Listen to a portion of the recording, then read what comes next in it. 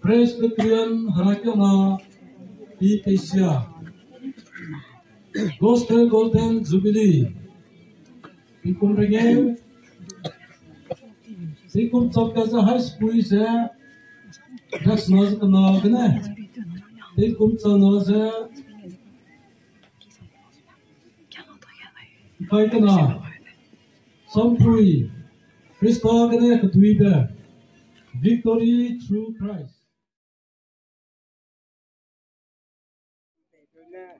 Namai ting dam pesia PCI kiti loge hinam ki teki wali teu dagene te pada pati kumbene ni mila pati kom keu de tu mila pati keu nani kuyo kuye ki betu kola keu radu kulo kahani du ni inani kuyo de misi sagre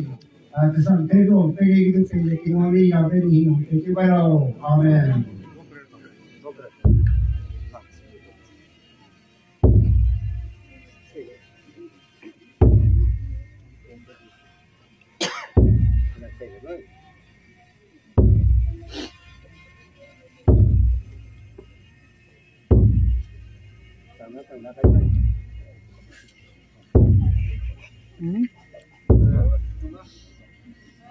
Maka pada nabinya ragna tiga tekopam.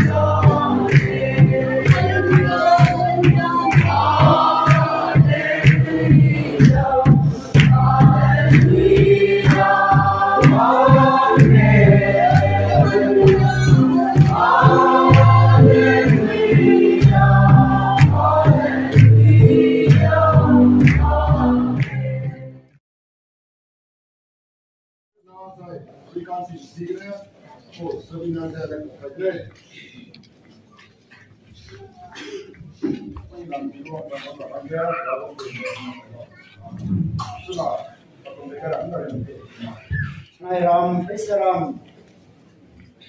Nam Milung Samze Delei Ramanango Iso TINGCHOA Anazapam Sam Marame Sai Kamne Teume Delei Kanestu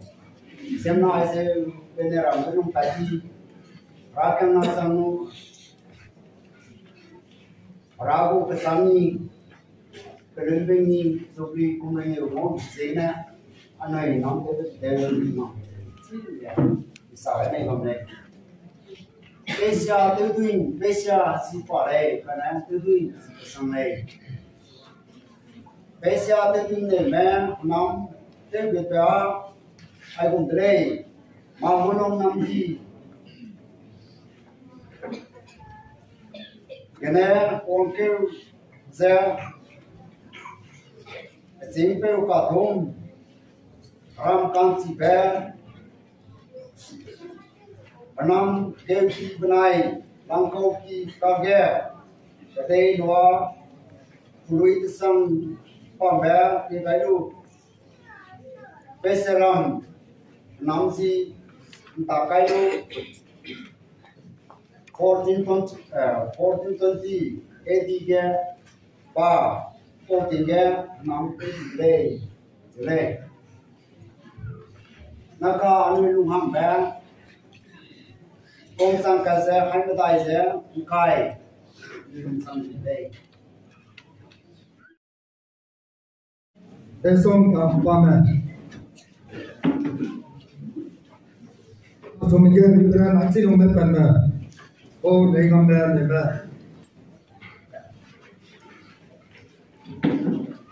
Tikdo tikko bam nebe. Kena tikdo rani gambe ne. Osango rana marsaberen foto ting nebe. Nebe tipo na.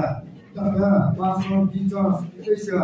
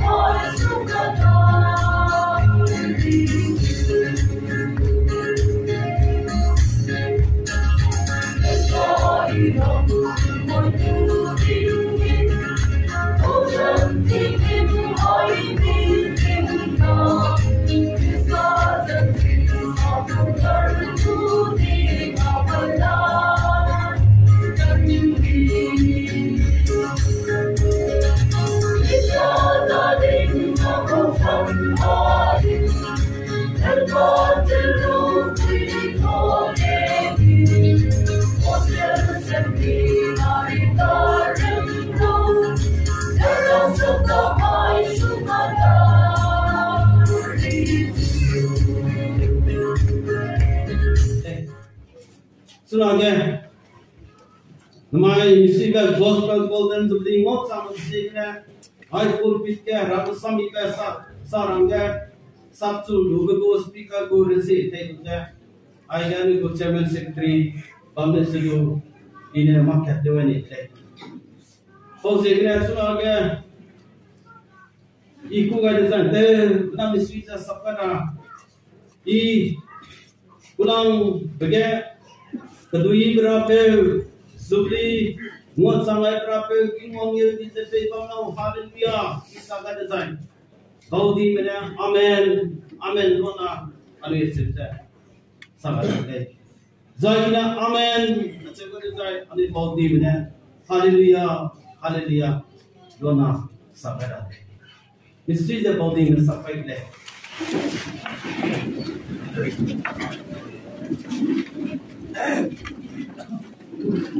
Kena bima dan biar kepada tinggal dah amen haleluya ani tensan dai ulang bega Jubilee ngot sanggai pe kedui berapa tinggal ngerti sampai pangau haleluya amen amen haleluya haleluya nara mong sang dai aceh tu mong sang bega ini tinggal dia tinggi ram kuitu cerah ya cerita buat deh beri kami Milung serta sebab doa deh beri Hera deh beri bu lungkat ini kami sifra kami mau Heleu kami Misuiyi serta deh karena haram begini kita dah hamzah kahre dah dia tu sangat mana ramong sangat kami Misuiyi sangat deh Jubilee pinggir dengan murah angkat saja, bang terlepas bang sama dengan Misuiyi sendiri. Kata kahret utah tu, karena bang sama dengan Misuiyi besar sama. Siapa beri ingin ram anita rakyat pun terus kahret tan tu saja Misuiyi pinggir anu hingira ya sama. Kau sih berapa kering berapa saya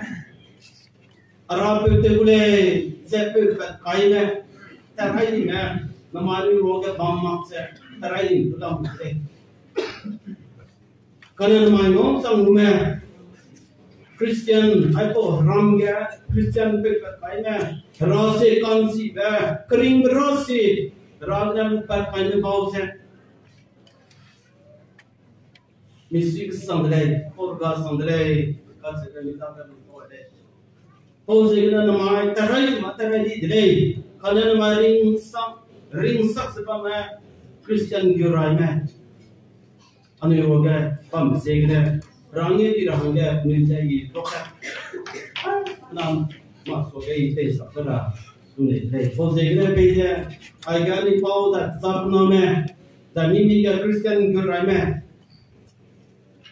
sama delei na saling Misuiyi sampai langgar di Indonesia yang terbaik.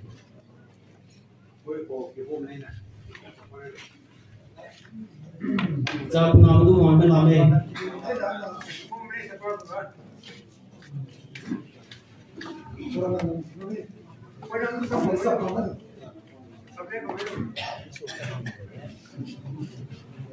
Misuiyi kesam deh,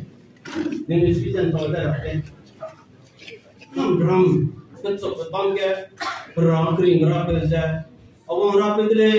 tak perlu berahangnya berakan dia bengok tapi sih sampai bingung sampai itu lah. Ayo berakring berapa saja ngau Pilih kadu lagi tahu dah siapa nama wiring sampai kami bau sah kau sampai. Ayo Misuiyibe Golden Jubilee saya. Ini mana nak tahu? Christian kerti gitu lainnya. Kering berapa jano membau hasil ramai rai membau je Misuiyibe Golden Jubilee ngop sama saya timnya sungguh sampai anaram keren maksud karena Mage aikani kopi tu saya mimi ke good rai membau nimui kerja tu je kering berapa jano tahu kerana namai kahini kerja yang ini ram ya wang sang besar Misuiyi sampai kidai Kau jangan itu na Aipau kahini iba kedi bangun tu saya Ani sinta je ragni anu ngomchang jabam na ge ani delei khatse chalang ge sai le ragu sami ke patkai mak so ge peise ani kinam puni kampui pungi ne raja tobre Jubilee le ibe tebala ge tula ubaya Jubilee namai ting wang su dwara mai mi chân re mi makele ting wang ya dai se ilo Jubilee oh Jubilee ting wang ya di be bi wang chang Get nắp sâu đê lâu ngầu gần rê mẹ chú bia lâu kia là xia mẹ chú bia lâu lung hè rê mẹ chú mà lâu năm nuôi lung y bè nè kia y bè sông bù rùa về lâu tình lung du nằm không đi dài nắm ta tên lia gai lo Jubilee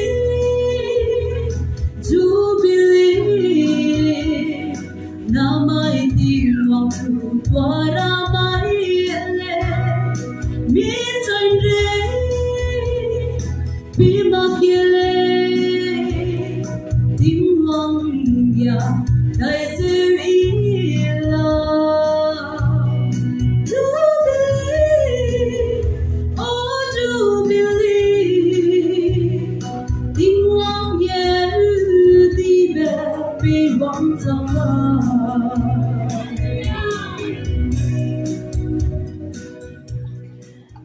Ram adening do lakpe. Abu sam ki ka ko changze. Alu ne yak sam ra kanale atse se ne suna ame se le.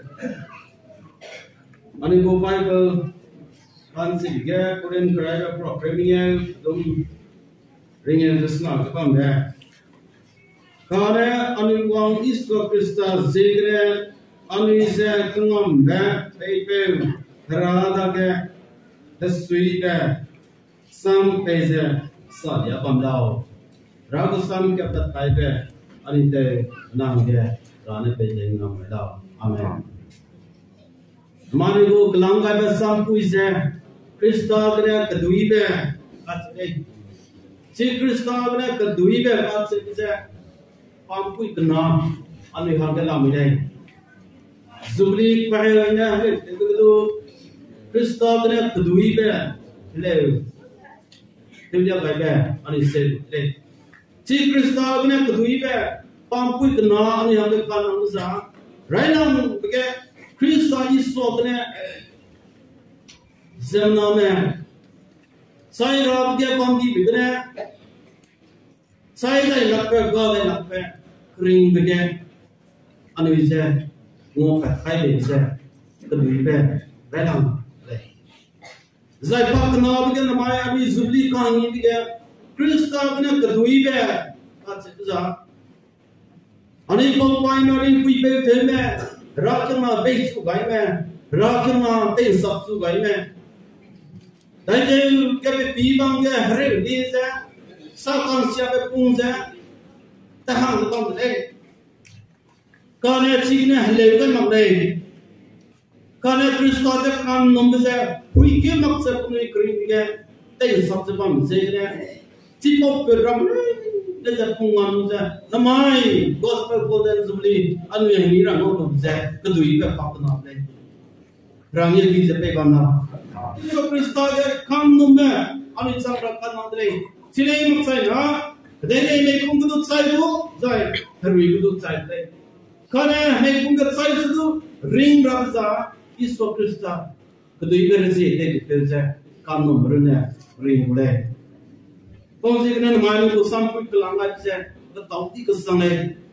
Ani hamja keyibe Krista bang zegna namaya isin ta zadui Aipau Jubilee kahani delei kan nomme kahani mele na hamza namaya lu keyibe ta de jan yang kula bide mimi gachi Krista sai rin su kada bide azu keyibe kan ngok khai delei katba nom kami mele na hamza nansang ne keyibe ne zu ngodi ta jepang bide Krista ne lu ngom sang de zu ngodi ta jepang bide Kalau kita mimi, kita pun Misuiyibe Rasam, Krista net tay wang ay kan nung kami play na. Nansang net Krista ne ngaudi tat pangulay kasere. Kalau kita mimi, namay ko sampai kita ni dia kile. Sinasa anu hekong iso Krista sih ne anu ise Misuiyibe pe rada ke. Namay anu isi samsa ne. Raga ka teume gulang pat se bang raga tina ni pile katse ka ani te na ni dungel boy kre gara ne ga da ya tuga misan ma ngo ka kani de zinai ga ni ko pai ma ani kui pe ka raga chi mang se bang ka anaram rakyam na do naram ku nam te tu kine ni ngai tak ke Nam te ko kang gami kihin benya Milung mai benya ne bang te Kana yum se bang loge tingwang ko sam ki be wang sang bai be loge Panoi da ka chi ko sam no to be du ne Milung ka kui le ta di ja chi po Ra ko Misuiyibe Rasam se te du ja na mai ami ja mo sang be le Pau je ne maya ali re na ma ni sin ta se bang ra kui sing le ka se be Heleu.